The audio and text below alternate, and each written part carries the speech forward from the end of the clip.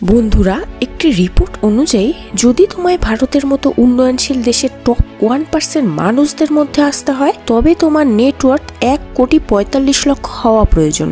কিন্তু ইন্টারেস্টিং কথাটি হলো ভারতের একজন চাকরিজীবী স্যালারি পার্সন তার পুরো জীবনে এই অ্যামাউন্টটি অ্যাচিভ পর্যন্ত করতে পারে না। একটি রিপোর্ট অনুযায়ী 81% ভারতীয় যুবক মাস শেষ হওয়ার আগেই তার পুরো স্যালারি খরচ করে ফেলে। আর এইভাবে 1 কোটি টাকা তো দূরের কথা, 10,000 টাকাও বাঁচিয়ে রাখা অনেক বড় ব্যাপার হয়ে যায়। তাহলে এটার আসল কারণ কি? এটার প্রধান রিজন হলো পোর ম্যানেজমেন্ট অফ মানি। বর্তমান যুগের যুবকরা নিজেদেরকে এমন কিছু জিনিসের জালে ফাঁসিয়ে নেয় যেখানে তাদের টাকা বাঁচানোর থেকে খরচ করা খুব জরুরি বলে মনে হয়। তাহলে চলো জানা যাক বর্তমান যুগের তরুণ প্রজন্মরা কি কি ভুল করে যার ফলে তাদের একটি মিডল ক্লাস ট্র্যাপেই ভেসে থাকতে হয়।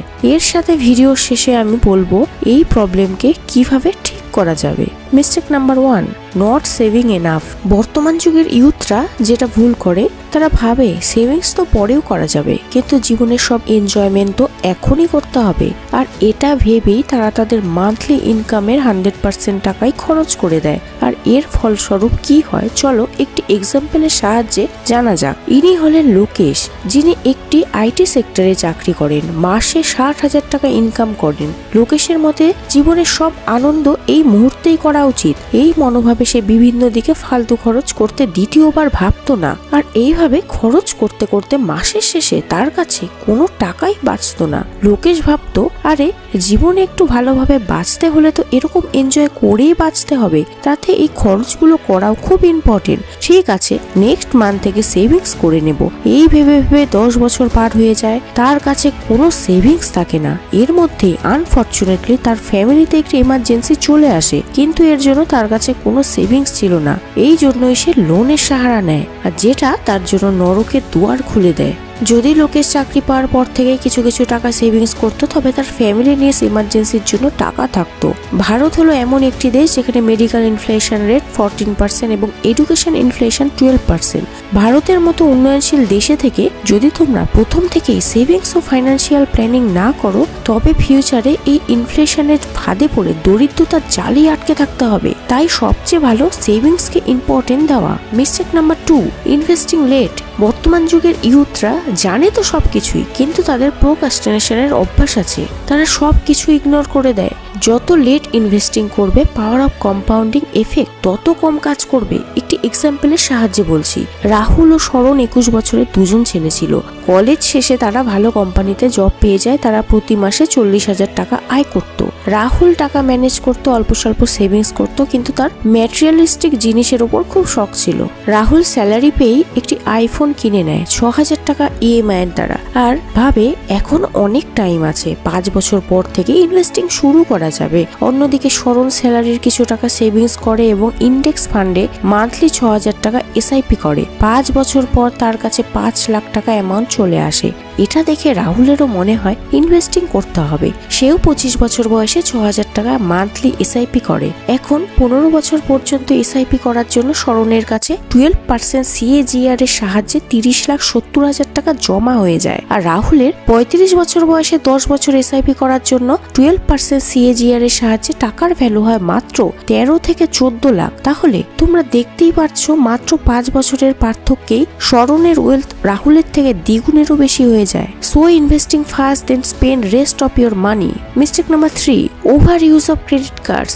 একটি রিপোর্ট অনুযায়ী আগস্ট মাসে 1.5 কোটি টাকা শুধুমাত্র ক্রেডিট কার্ডের দ্বারা পেমেন্ট করা হয়েছে।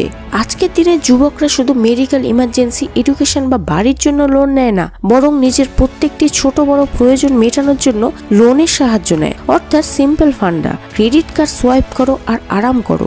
আজকের দিনে ভারতে 4,072 কোটি টাকার ক্রেডিট কার্ড ডিফল্ট আছে, অর্থাৎ এত টাকার অ্যামাউন্ট মানুষ পে করেনি। আরে ভাই, এত টাকা তো আফ্রিকান কান্ট্রির জিডিপিও নেই, যত টাকা মানুষ ডিফল্ট করে বসে আছে। ফর এক্সাম্পল, সানি নামের একজন 10,000 টাকা শপিং করেছে ক্রেডিট কার্ডের মাধ্যমে।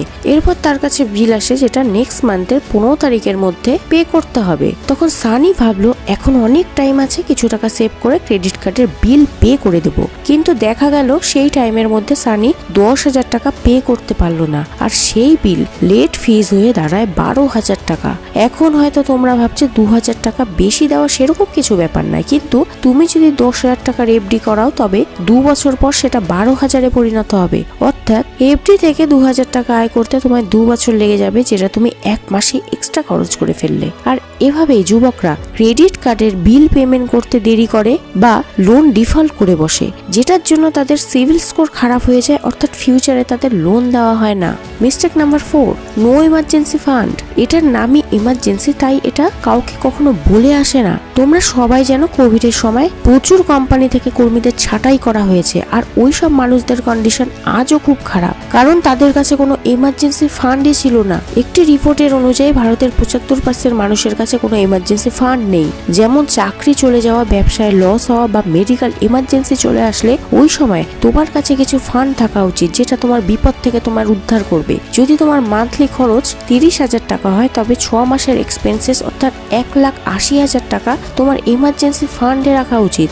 স্যালারি আসার পরই বর্তমান যুগের যুবকরা দামি ড্রেস, মোবাইল, বাইক কিনতে দৌড়য়, কিন্তু তোমার স্যালারি আসার পর ইমার্জেন্সি ফান্ডের জন্য অল্প কিছু টাকা প্রতি মাসে সেভ করা উচিত। তাহলে বিপদের সময় তোমায় অন্যের কাছে হাত পাততে হবে না বা লোনের সাহায্য নিতে হবে না।